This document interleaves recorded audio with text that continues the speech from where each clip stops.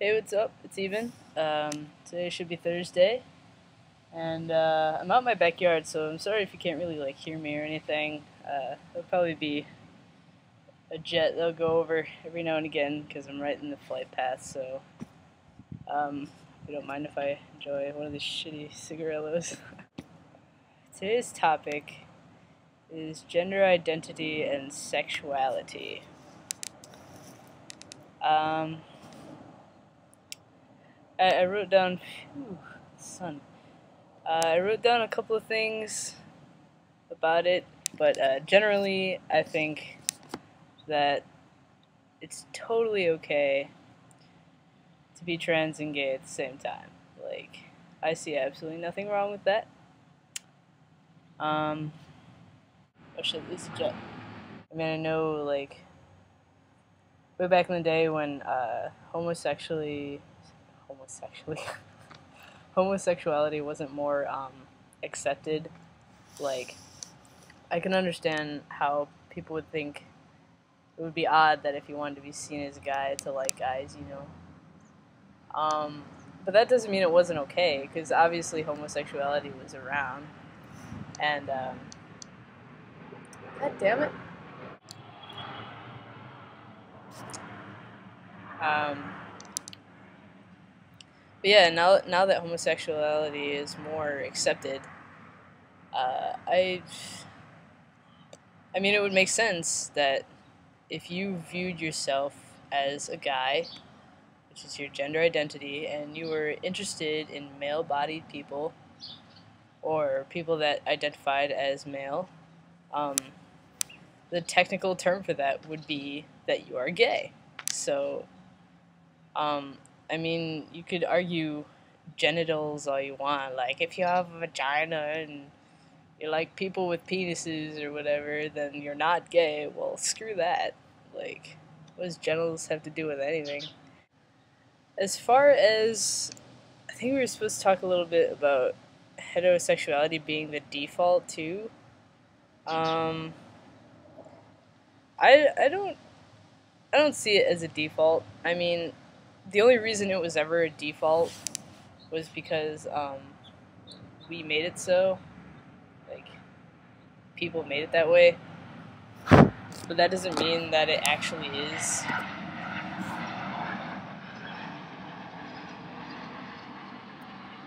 Or that it should be. Um, I mean, there's, like Dominic was saying, there's just as many, I think, people that identify as so many different things other than heterosexual that I don't see how heterosexuality could be the default. I mean, I guess it would make sense because in order to make a baby, like way back in the day, I mean, what you did is you found someone, you got married, and you had kids. Like, that's what you did. You needed to make more people so there could still be people around, you know. Um, so, in order to make a baby naturally, um, you need a man and a woman, and clearly they engage in some kind of sexual activity, and then you have a baby. But nowadays, you have surgical procedures that you could use to have babies, and you also have adoption. Um, so you don't necessarily need that man-woman thing anymore. So I can understand how heterosexuality would have been the norm at one time. But because of the scientific and medical advances, and just the general acceptance of anything other than heterosexuality, like how it's starting to become more so, I don't see how heterosexuality could be the default anymore. Another thing, I guess, not all trans men start out as lesbians. Clearly. Because otherwise we wouldn't be having this discussion. They all start out as lesbians, then they would end up as straight men, and there'd be no discussion here. So clearly there are some guys, God, clearly, as I was saying, there are some guys, there are some trans guys that like other guys, you know. So it's whatever.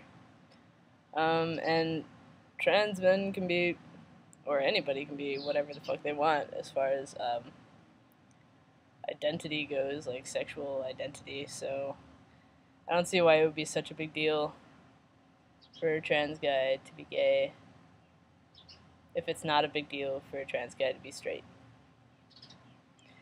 Simple as that. I think that's pretty much it.